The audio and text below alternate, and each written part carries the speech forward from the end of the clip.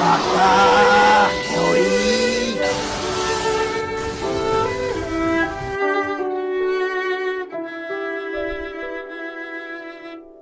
Halo teman-teman kos-kosan, gimana kabar kalian? Baik-baik saja kan? Sesuai janji Abdi Kos, di video kali ini Abdi Kos akan membahas fakta dan teori dari Ark Acrobatic Silky. Saking bagusnya Ark Acrobatic Silky, episode ke-7 dari Ark ini diberikan rating 9,8 di situs IMDb, menjadikan episode anime dengan rating tertinggi tahun ini. Yap, memang sulit untuk move on dari Ark ini. Yuk langsung aja kita bahas beberapa fakta dan teori yang ada di Ark tersebut. Check it bro. Pertama, penjelasan Okarun mode nenek turbo. Jika sebelumnya Okarun mode nenek turbo adalah Okarun yang menggunakan kutukan nenek turbo, maka Okarun mode turbo di Ark Acrobatic Silky adalah Okarun yang menggunakan kekuatan nenek turbo. Bedanya, jika di mode kutukan Okarun butuh bantuan Momo untuk mengendalikan kekuatan nenek turbo, sementara di mode kekuatan Okarun bisa berubah ke mode nenek turbo kapanpun dia mau. Di mode kutukan yang mendominasi adalah jiwa nenek turbo, sementara di mode kekuatan yang mendominasi adalah jiwa Okarun. Tapi ya, meski jiwa yang mengendalikan kekuatan nenek turbo adalah jiwa Okarun, terlihat sekali saat berubah menjadi nenek turbo. Okarun juga mengambil sedikit kepribadian nenek turbo, yaitu selalu merasa malas dan merasa dirinya adalah sosok yang sangat sepuh, di mana Okarun memanggil nenek Seiko dengan sebutan Seiko-chan. Dan ya, baik mode kutukan atau mode kekuatan, keduanya sama-sama tidak bisa dilihat oleh manusia biasa. Jadi adegan ketika Okarun mode nenek turbo mengancam teman sekelasnya, sebenarnya adegan tersebut tampak hanya Okarun yang mengancam dengan aura super serius di mata teman sekelasnya. Jadi yang bikin teman Okarun takut bukan wujud nenek turbo Okarun, karena dia tidak bisa melihat wujud tersebut. Yap, yang bikin takut adalah aura dari wujud nenek turbo Okarun. Bahasa simpelnya haki. Kedua, penjelasan detail legenda Acrobatic Silky. Yap, sama seperti nenek turbo yang berasal dari legenda, tepatnya legenda urban masyarakat Jepang modern. Acrobatic Silky berasal dari legenda kuno masyarakat Meksiko, yaitu Acrobatic Silky terinspirasi dari sosok hantu yang bernama La Llorona. Ada banyak versi cerita tentang La Llorona ini, tapi Abdi Kos akan ceritakan yang paling terkenal. Dikatakan kalau La Llorona awalnya adalah gadis cantik bernama Maria yang dinikahi oleh seorang pria kaya. Maria kemudian hidup bahagia dan dikaruniai 2 orang anak. Meski hidupnya terlihat sempurna, tapi kebahagiaan itu hanya berlangsung saat lantaran sang suami selingkuh. Dia memilih wanita yang lebih cantik karena dia kaya. Dari sini Maria pun stres karena pengkhianatan cinta dari sang suami. Dia pun mengajak kedua anaknya ke sungai dan menenggelamkan mereka. Sadar akan perbuatan jahatnya, Maria menyesal dan dia semakin bertambah stres. Walhasil Maria ikut menenggelamkan dirinya sendiri ke sungai. Arwah Maria kemudian tidak diterima di surga, hingga menjadi arwah penasaran yang digambarkan berpakaian gaun putih dengan mengeluarkan darah dari kedua matanya. Hal ini menggambarkan penyesalan dari kekejaman Maria terhadap kedua anaknya. Dalam cerita rakyat Meksiko, hantu Maria dikatakan sering mencari anak-anak untuk dijadikan tumbal agar kedua anaknya sendiri bisa kembali. Kemunculan hantu La Llorona kebanyakan di pinggir sungai yang dimulai dengan suara jeritan seorang perempuan. Barang siapa yang menoleh pada suara jeritan tersebut, maka dia akan dikutuk alias diganggu La Llorona hingga ke rumahnya. Legenda hantu La Llorona ini sering dipakai para ibu di Meksiko untuk menakuti anak mereka agar tidak bermain di sungai hingga waktu petang. Kalau di Indonesia, hantu La Llorona adalah gambaran dari wewe gombel yang suka menculik anak yang bermain di luar hingga waktu petang. Atau kalau mau lebih mendekati, hantu La Llorona sama dengan jin di film Waktu Maghrib. Ketiga, hubungan hantu La Llorona dengan Acrobatic Silky dan Dadan. Meski background kisah La Llorona berbeda dengan Acrobatic Silky di Dan Dadan, tapi ada beberapa yang masih bisa dihubungkan alias ada kemiripan. Yang pertama, baik La Llorona atau Acrobatic Silky sama-sama menjadi arwah penasaran karena kehilangan anak mereka.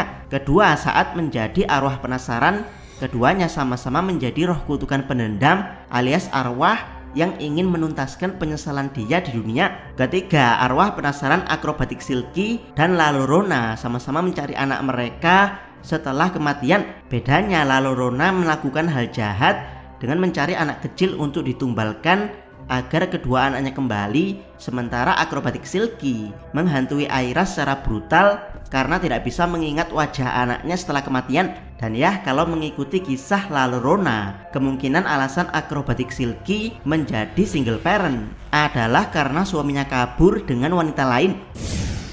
Keempat, perbedaan minor detail manga dan anime akrobatik Silky. Ada beberapa perbedaan minor yang saling melengkapi antara anime dan manga tentang akrobatik Silky ini. Pertama, di manga akrobatik Silky tidak ditampakkan saat menghantui Aira, sementara di anime wujud akrobatik Silky ditampakkan sekilas saat berada di lapangan. Jadi ya, di anime lebih mengena karena kita tahu wujud hantu yang sedang mengikuti Aira. Apalagi setiap kemunculan akrobatik Silky, warna background selalu dibuat ungu. Ini simple tapi bikin merinding. Untuk kekurangan di anime adalah kurang jelas dalam menggambarkan adegan kematian akrobatik Silky setelah Ibu Aira menari balet di suatu tempat yang tidak jelas di mana tempat tersebut yang tampak seperti danau yang berair. Ibu Aira kemudian mengakhiri tariannya dengan lompatan akrobatik khas tari balet. Kemudian dia tiba-tiba ditunjukkan berada di jalan dengan baju putih berdarah. Yap, adegan ambigu untuk yang tidak membaca manganya. Di manga, adegan Ibu Aira meninggal ditampakkan sangat jelas kalau dia sebenarnya menari balet di atas atap gedung. Kemudian tarian tersebut diakhiri dengan dirinya yang melompat dari gedung. Dan saat menjadi yokai, Ibu Aira sudah memakai gaun balet anaknya. Jadi ya, meski ini adalah minor detail, kemungkinan anime merubahnya menjadi putih adalah karena menghormati referensi asli dari akrobatik Silky, yaitu hantu Lalorona. Dimana kalau teman-teman perhatikan, arwah penasaran Mama Aira memang memakai baju putih layaknya Lalorona dan dia terlihat seperti menangis darah. Kelima, bagaimana nasib Aira asli? Dari sini banyak yang bertanya bagaimana dengan nasib Aira asli alias anak kandung dari akrobatik Silky. Yap, kemana dia setelah dibawa oleh para penculik? Jawaban Abdikos adalah penculikan tersebut membuat Aira meninggal entah karena apa. Karena dia tidak bisa hidup tanpa ibunya, atau karena dia menjadi korban penjualan organ tubuh. Fakta yang menguatkan hal ini adalah konsep reinkarnasi di Jepang.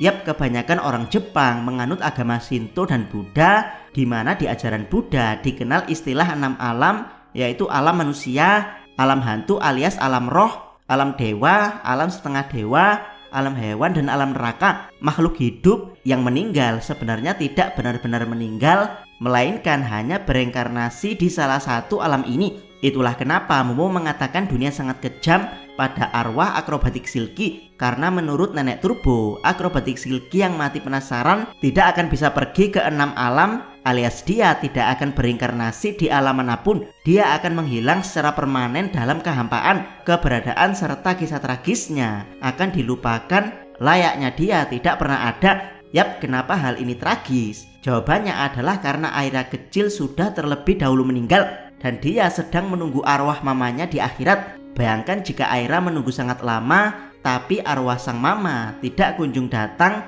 karena keberadaan dia sudah dihapus dari semua alam. Betapa nyeseknya kondisi Aira di akhirat. Untungnya Aira Shiratori memeluk akrobatik Silky di detik-detik terakhir sebelum keberadaannya dihapus. Aira kemudian mengatakan, "Ibu, aku mencintaimu karena aku sudah menjadi yang paling bahagia di alam semesta." Yap, yang disesali akrobatik Silky adalah dia merasa tidak bisa membahagiakan anaknya sebagai mama single parent. Tapi dengan Aira Shiratori mengatakan bahwa dia sangat bahagia berkat sang ibu, penyesalan akrobatik Silky menghilang dan dia bereinkarnasi di akhirat. Dia kemudian bertemu dengan Aira kecil yang oleh Aira berambut pink. Didoakan agar di dunia baru tidak ada yang menyakiti mereka lagi. Dari sini dada Abdikos langsung sesak meski tidak sampai menangis. Jika kematian Jiraiya sedih tapi masih bisa ditahan karena ada unsur fiksinya, yaitu guru dan murid ninja yang kita sendiri tidak tahu kehidupan ninja yang asli itu seperti apa. Tapi ya, kisah Aira dan mamanya benar-benar relate dengan kehidupan nyata. Jadi nyeseknya menusuk sampai ke jantung. Memang benar kata orang, kalau kasih ibu sepanjang masa sudah memberi kasih sayang lebih pun, sang ibu tetap merasa belum membahagiakan sang buah hati. Jangan lupa subscribe channel Takos dan jangan lupa share video ini. Salam Mi.